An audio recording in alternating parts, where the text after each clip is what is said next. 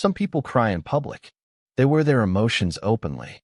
Their face tells you exactly what they are feeling before they say a single word. When something hurts them, you know. When something moves them, you see it. And then there are the others. The ones who sit in the same room, feel everything just as deeply, sometimes more deeply, and show almost none of it. The ones who have learned, somewhere along the way, to keep the most intense parts of themselves completely out of view. This video is about the second kind of person.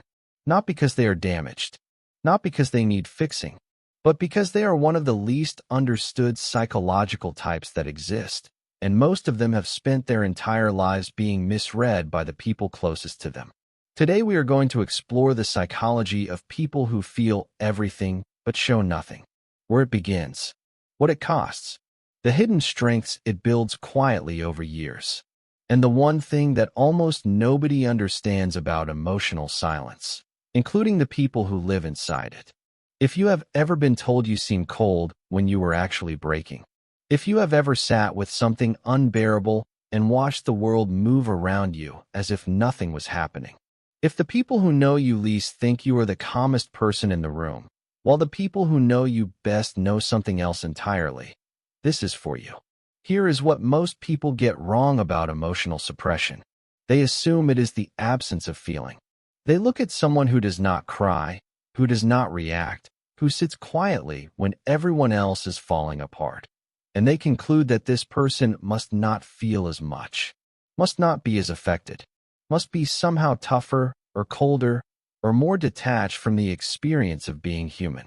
This is almost never true. What looks like emotional absence is, in most cases, emotional containment. And containment is not the same as emptiness. A container is not empty. It is full, often overwhelmingly full, and simply sealed. The psychology behind this distinction is important. Researchers studying emotional regulation have consistently found that people who appear the least reactive externally are not necessarily experiencing less internal activation. In many cases, they are experiencing more. The difference is not in what they feel. It is in what they have learned to do with what they feel. And that learning, in almost every case, started long before they were old enough to understand what was happening. So where does it begin? For most people who live this way, the roots go back to childhood. Not always to dramatic events. Not always to obvious trauma. Sometimes to something much quieter, a consistent pattern of messages, received early and absorbed deeply, about what emotions were and were not safe to express. Maybe the household they grew up in ran on emotional restraint, where feelings were considered private or excessive or inconvenient, where a crying child was told to stop, where showing fear was treated as weakness, where vulnerability was not met with comfort but with dismissal, or worse, with something that made the vulnerability feel dangerous. Maybe they were the child who learned that their emotional needs were a burden, that the adults around them were already carrying too much, that the wisest and kindest thing they could do was to make themselves smaller, quieter, easier, to handle things on their own, to not add to what was already there. Maybe they experienced something painful at an age when they had no framework for processing it, and the only option available was to close the door on it. Not because they chose to, because they had to. Whatever the specific origin, the lesson was the same. Feelings belong inside. And that lesson, once learned young enough, becomes architecture. It stops being a decision and starts being a structure, the invisible frame around which an entire personality is built. There are generally three types of people who carry this pattern. And understanding which type you are, or which type the people you love are, changes everything. The first is the protector. The protector learned to contain their emotions specifically to protect others. As a child, they may have been the one who held things together when the adults around them could not. The one who stayed calm during family crises. The one who learned that their composure was a gift they could give to people who needed steadiness. The protector does not show what they feel because they are too busy making sure everyone else is okay. Their emotional silence is an act of love, but it is also a trap because over time, Love that never receives anything back becomes exhausting in ways that are very hard to name. The second is the observer. The observer learned early that watching was safer than participating, that if you stayed slightly outside of every emotional situation, witnessing it, analyzing it, understanding it, you could not be hurt by it in the same way. They developed extraordinary emotional intelligence about other people precisely because studying others was how they avoided being studied themselves. The observer often knows exactly what everyone around them is feeling. They read rooms with an accuracy that seems almost uncanny. But ask them what they are feeling, and the answer becomes complicated. Because the habit of turning attention outward was also a habit of turning it away from the interior. And after enough time, the interior becomes genuinely harder to access. The third is the silent carrier. The silent carrier is perhaps the most quietly exhausted of the three. This person feels with an intensity that most people would find unmanageable, and they have never found a way to put it down. They carry grief for things that happened years ago. They carry other people's pain as well as their own. They absorb the emotional atmosphere of every room they enter and carry it home. And they do all of this without showing it. Not because they are strong, because they stopped believing, at some point, that showing it would lead anywhere good. Which of these feels most familiar to you? And here is something worth sitting with. Many people are not purely one type. The protector who becomes a silent carrier when there is no one left to protect. The observer who learned to watch because they were once a silent carrier who got tired of being seen and misunderstood. If you are finding that this sounds like you, subscribe if you have not already. Every week we go deeper into the psychology behind the patterns that most people feel but rarely have words for. Now, the hidden strengths. Because this pattern, whatever its origins, builds something real. The first hidden strength is emotional intelligence. People who have spent years managing intense internal experiences develop a capacity for emotional nuance that most people never acquire. They have had to learn, out of necessity, how to identify what they are feeling, how to sit with it without being destroyed by it, and how to function despite it. That is not nothing. That is a form of emotional sophistication that takes most people decades of deliberate work to develop, if they develop it at all. The second hidden strength is deep empathy. Because they have learned to read their own emotional landscape so carefully, they become extraordinarily sensitive to the emotional landscapes of others.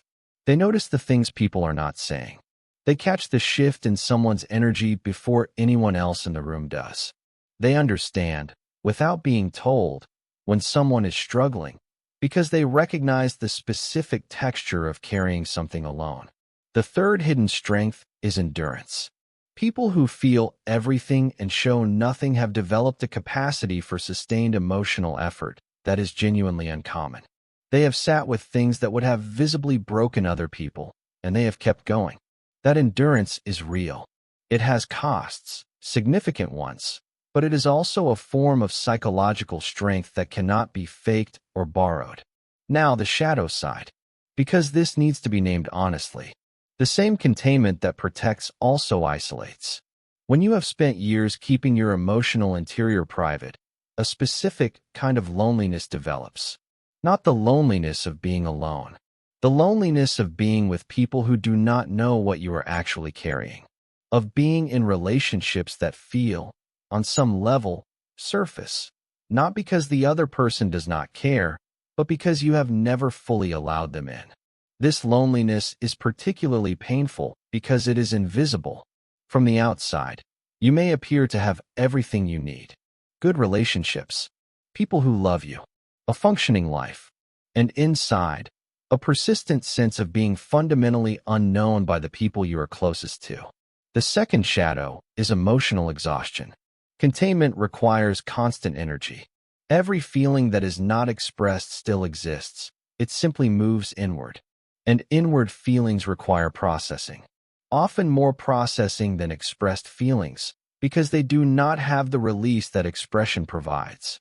Over time, The accumulated weight of unexpressed emotional experience becomes genuinely tiring in a way that is very hard to explain to someone who has not experienced it. It can look like low motivation, like difficulty concentrating, like a flatness that arrives without obvious cause.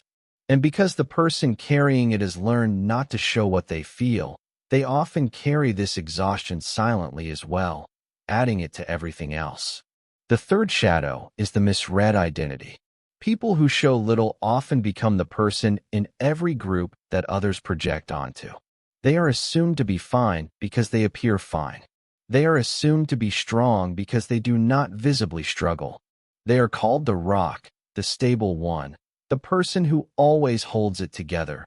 And over time, that identity becomes its own kind of prison, because everyone needs them to keep being that person. And the cost of finally not being that person feels too high to pay. There is something important to understand about why emotional silence gets mistaken for emotional strength.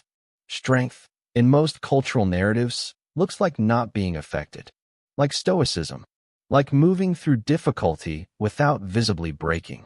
And people who feel everything but show nothing often look, from the outside, exactly like that description. But there is a profound difference between choosing not to be controlled by your emotions and being unable to express them, between genuine equanimity and learned suppression, between a person who has made peace with difficulty and a person who has simply gotten very good at hiding it. The person who has genuinely made peace with something does not need to contain it. They can speak about it calmly because they are actually calm. The person who is suppressing it speaks about it calmly because speaking about it any other way does not feel safe.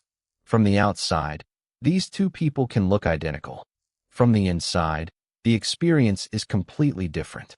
Many people who feel everything but show nothing have spent years believing that their containment was strength, that they were better at handling things than other people, that their ability to keep going was evidence of resilience. Sometimes it is. And sometimes it is evidence of a wound that was never allowed to heal because it was never allowed to be seen. If you have watched this far, here is what I want you to hear. The things you carry quietly are real. The weight of them is real.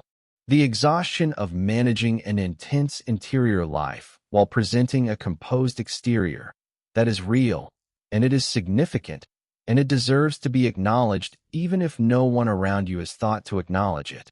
You are not cold. You are not unfeeling.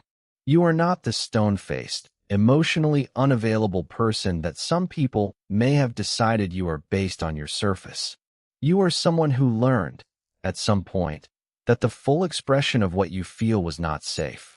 And you adapted. Brilliantly, actually. You built something that worked. That protected you. That allowed you to function and even to thrive in environments that might have been genuinely difficult. But adaptation that made sense once does not always make sense forever. And the question worth sitting with is not whether your containment served you. It probably did. The question is whether it is still serving you now. Whether the protection is still necessary. Whether the walls that kept you safe have also kept out things you might actually want to let in.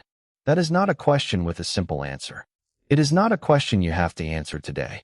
But it is worth asking, honestly, without the pressure of having to change anything immediately, because the asking itself is a kind of beginning. Before you go, which type felt most like you? The protector, the observer, or the silent carrier? Leave it in the comments. I read every one. And your answer might help someone else feel less alone in something they have never quite had the words for. Subscribe to MindTrace Psychology for weekly videos exploring the hidden patterns behind human behavior, emotional intelligence, and the psychology of the people who move through the world differently. Take care of yourself. And remember, the strongest people are not always the ones who feel nothing. Sometimes they are the ones who feel everything. Carry it quietly and keep showing up anyway.